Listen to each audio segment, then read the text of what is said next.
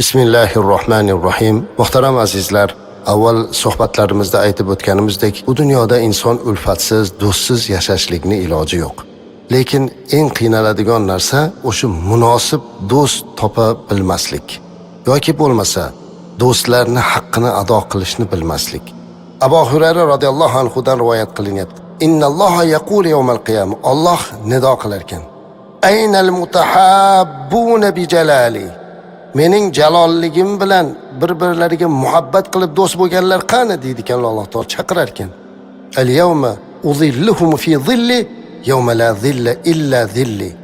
Bugun men qiyomatda hech qanaqa soya yo'q bo'lgan mahalda o'zimni arshimni soyasida ularni soyamga olurman deydi ekan.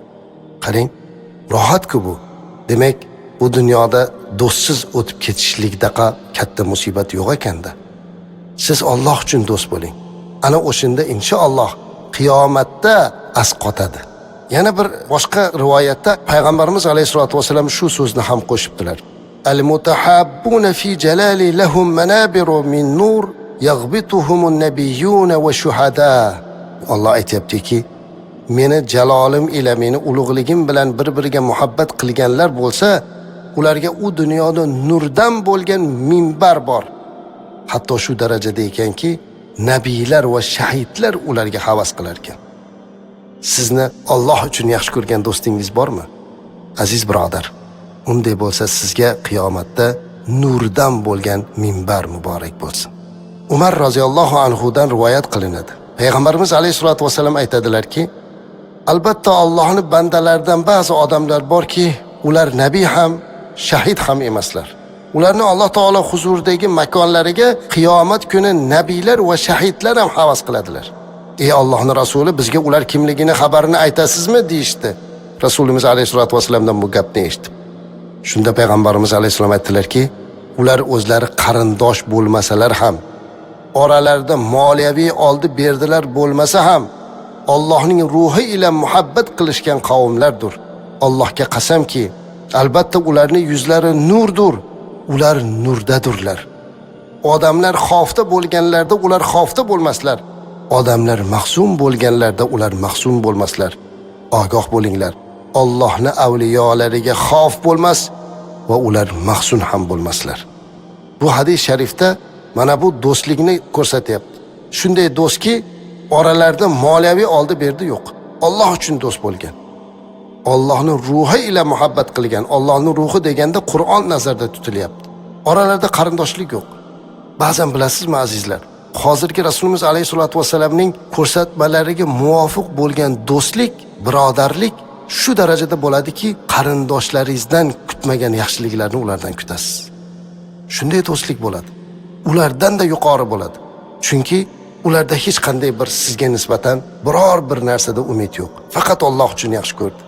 Imom Zuhriy Oysha onamizdan qilgan rivoyatda aytishicha, Payg'ambarimiz sollallohu alayhi vasallam bilan jihodga jo'nab ketayotgan musulmonlar uylarining kalitlarini o'zlari bilgan kishilarga topshirib, hojatingiz tushganda yeyishni sizga halol qildik deb ketar ekanlar. Ammo kalitni olib qolganlar quruq manzirat uchun aytilgan bo'lsa kerak deb o'zlarini tiyishar ekan. Qur'oni Karimda Alloh taolo siz kalitiga molik bo'lgan yoki do'stingiz uyidan yemoqligingizda tanglik yo'q degan oyat tushgan. Alloh taolo ushbu oyat tushirgandan keyin do'stlarni berib ketgan kalitlarda uyini ochib, xohlagan narsasini yeyishavergan ekan. Fathul Musili do'stini uyiga borsa, u uyda yo'q ekan. Uydagilarga sandiqni olib chiqishni amr qilibdi. Joriya sandiqni olib chiqdi.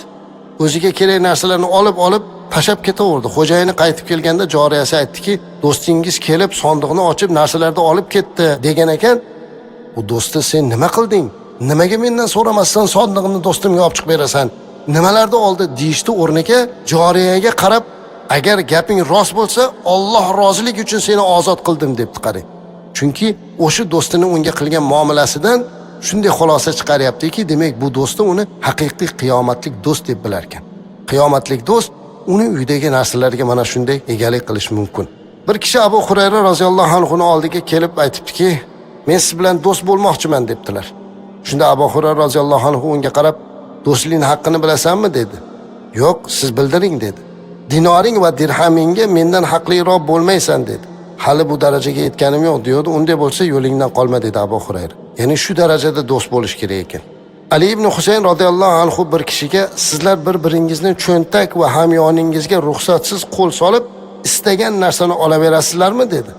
Yo'q diyordi. Unday bo'lsa sizlar do'st emas ekansizlar-da dedi. Qarang, aslida do'st qanday bo'lish kerak ekan. Masruq radhiyallohu anhu ko'p qarz bo'lib qolgan ekan qadimda. Uning Haysama degan do'stlari bo'lgan, ikkalalar ham qarz bo'lib qopti. Masruq radhiyallohu anhu Haysamaga bildirmay uni qarzini to'lab qo'yadi. Haysama esa Masruqqa bildirmay uni qarzini to'lar ekan. Birini qarzini biri ishlab uzyapti bildirmasdan. Bu do'stimning qarzini uzib qo'yay deb u harakat qilyapti. Bunisi bu do'stimning qarzini uzib qo'yay deb harakat qilyapti. Mana bu haqiqiy do'stlik hisoblanadi.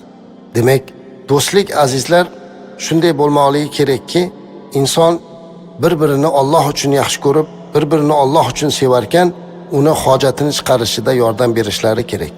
Mana shunday do'stlarimizni Alloh ziyoda qilsin. Qiyomat qoyim bo'lganda arshni soyasida birga turishlikni Alloh nasib qilsin.